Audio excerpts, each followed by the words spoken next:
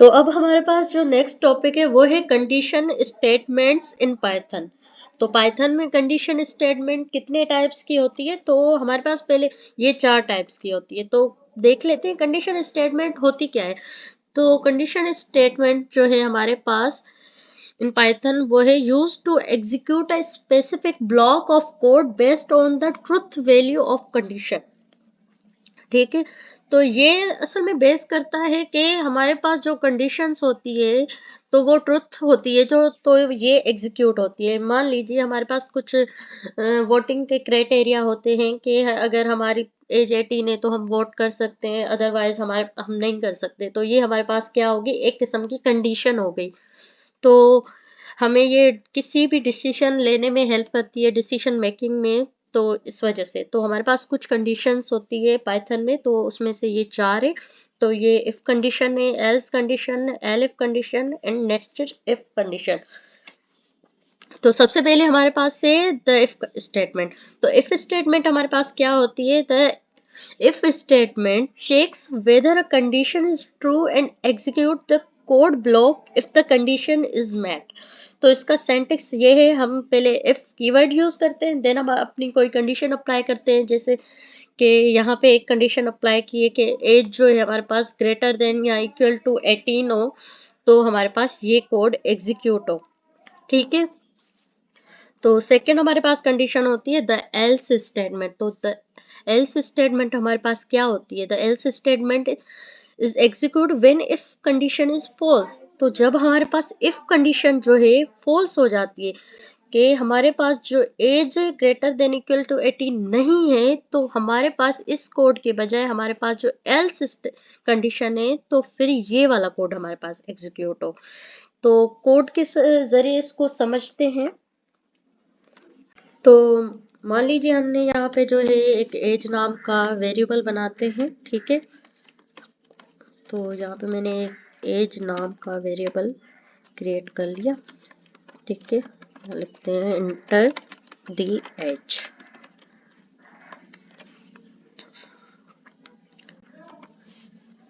तो यहाँ पे अब हम अपनी कंडीशन अप्लाई करते हैं इफ वाली। तो if age age is greater than and equal to 18। ठीक है, तो हमारे पास क्या एग्जीक्यूट होना चाहिए, you are eligible, you are eligible. ठीक है, अगर इफ हमारे पास कंडीशन ट्रू है तो हमारे पास क्या प्रिंट होना चाहिए, यू आर एलिजिबल। अगर ये कंडीशन फॉल्स हो जाती है तो हमारे पास जो सेकंड यहाँ पे हम लिखते हैं कंडीशन, वो होती है हमारे पास एल्स। ठीक है, तो एल्स हमारे पास प्रिंट होना चाहिए यू आर नॉट एलिजिबल। ठीक है,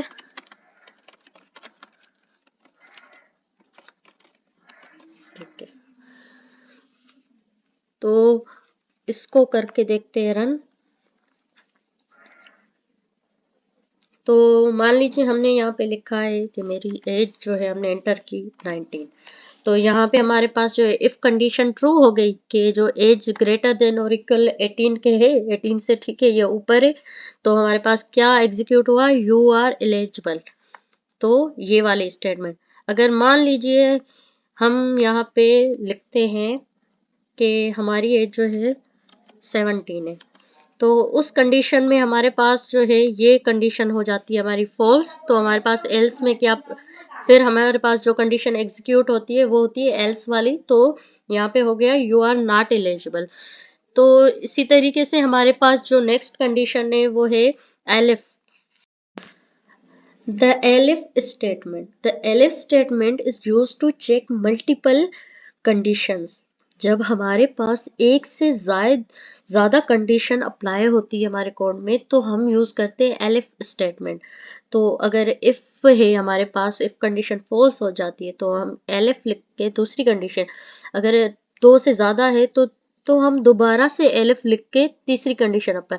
और अगर हमारे पास ये दोनों कंडीशन फॉल्स आती है तो लास्ट में हमारे पास होता है एल्स कंडीशन। तो हमारी जो है एल्स कंडीशन एग्जीक्यूट होती है। तो इसको चेक करते हैं कोड के जरिए। तो यहाँ पे हम एक अपना वेरिएबल क्रिएट करते हैं, ठीक है, एंड यूजर से जो इनपुट ले, तो यहाँ पे लिखते हैं एंटर द मार्क्स।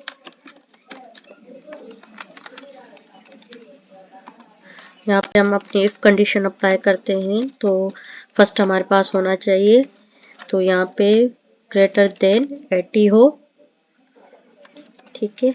तो हमारे पास एग्जीक्यूट क्या हो अगर मार्क्स ग्रेटर देन 80, तो यहाँ पे हमारे पास प्रिंट हो जाना चाहिए ए ग्रेड, ठीक है। तो सेकंड हमारे पास कंडीशन क्या होती है, एल्फ, तो एलिफ लिख के हम अपनी सेकंड कंडीशन यहाँ पे देंगे,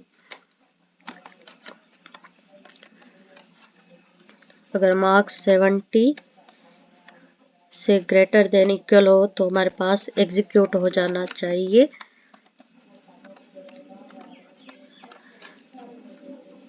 बी ग्रेड, ठीक है। यहाँ पे एक और हम एलिफ कंडीशन अपनी लिखते हैं, तो यहाँ पे मैं लिखती हूँ मार्क्स जो है हमारे पास ग्रेटर देन इक्वल टू होने चाहिए 60 के, तो हमारे पास क्या प्रिंट हो, तो हमारे पास ये वाली स्टेटमेंट एग्जीक्यूट हो, ठीक है। तो लास्ट में हम यहाँ पे एल्स अपनी कंडीशन लिखते हैं, अगर ये सारी फॉल्स हो तो हमारे पास क्या प्रिंट हो जाना चाहिए, तो हमारे पास प्रिंट हो फेल, ठीक है। यहाँ पे हमने अपनी मल्टीपल कंडीशन दिए थ्रू द एलिफ कीवर्ड, ठीक है। अगर हमारे पास ये सारी जो है फॉल्स होती है तो आखिर में हमारे पास जो है प्रिंट होगी ये वाली स्टेटमेंट, ठीक है। तो इसको रन करते हैं, देन चेक करते हैं। तो यहाँ पे मैं पहले लिखती हूँ हमारे 90 मार्क्स स्कोर, तो ये हमें कह रहा है कि आपका ए ग्रेड है, तो हमारे पास ये वाली स्टेटमेंट एग्जीक्यूट हुई। तो अगर यहाँ पे मैं लिखती हूँ फॉर एग्जाम्पल मेरा जो है स्कोर है वो है 65, तो हमारे पास क्या है सी ग्रेड, तो हमारे पास क्या एग्जीक्यूट है, तो मार्क्स इज ग्रेटर देन 60, तो हमारे पास क्या ये वाली स्टेटमेंट एग्जीक्यूट हुई। अगर फॉर एग्जाम्पल ये सारी जो है फॉल्स होती है तो हमारे पास कौन सी स्टेटमेंट एल्स वाली एग्जीक्यूट होगी, तो करके चेक करते हैं। तो मान लीजिए मेरे मार्क्स आए हैं यहाँ पे 40, तो यहाँ पे हमारे पास क्या एग्जीक्यूट हुआ, फेल। तो हमारे पास जब ये सारी जो स्टेटमेंट से फॉल्स आती है तो हमारे पास लास्ट में जो एग्जीक्यूट होती है वो ये वाली स्टेटमेंट एग्जीक्यूट होती है। तो थ्रू दी एलिफ कीवर्ड हम जो है अपने कोड में मल्टीपल कंडीशन लिख सकते हैं। तो आगे देखते हैं। तो नेक्स्ट हमारे पास जो स्टेटमेंट है वो है nested if statement. You can also use one if statement inside another if statement calls nesting। तो हम जो है एक if स्टेटमेंट में दूसरी जो if स्टेटमेंट भी यूज कर सकते हैं।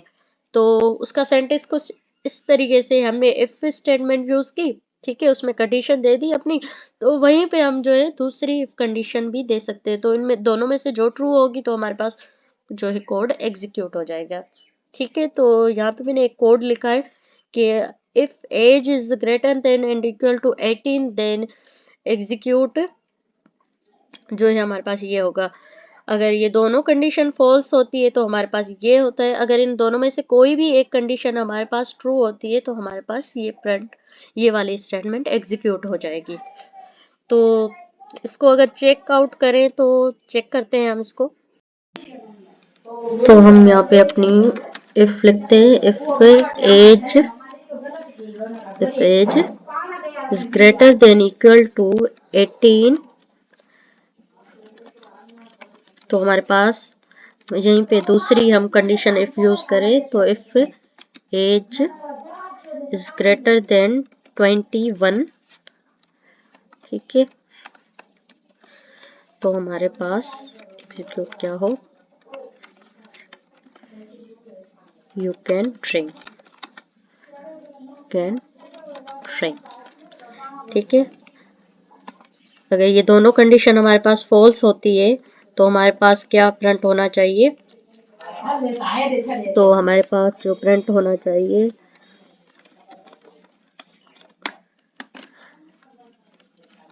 You can not drink. ठीक है, तो इसको एग्जीक्यूट करके चेक करते हैं। तो मैं यहाँ फॉर एग्जांपल पहले तो लिखती हूँ ये 21 वाली, तो ट्राई करते हैं 23। तो ये कह रहा है यू कैन ड्रिंक। अगर यहाँ पे मैं लिखती हूँ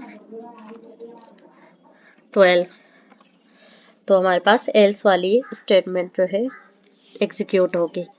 तो जो हमारे पास नेस्टेड इफ कंडीशन है ये यूज करते हैं हम एक इफ कंडीशन के अंदर दूसरी इफ कंडीशन अप्लाई करने के। तो दोनों में से कोई भी अगर पास हमारे पास ट्रू है तो हमारे पास ये जो है कंडीशन एग्जीक्यूट हो जाएगी, अदरवाइज हमारे पास जो है एल्स में जो है वो स्टेटमेंट जो है एग्जीक्यूट होगी।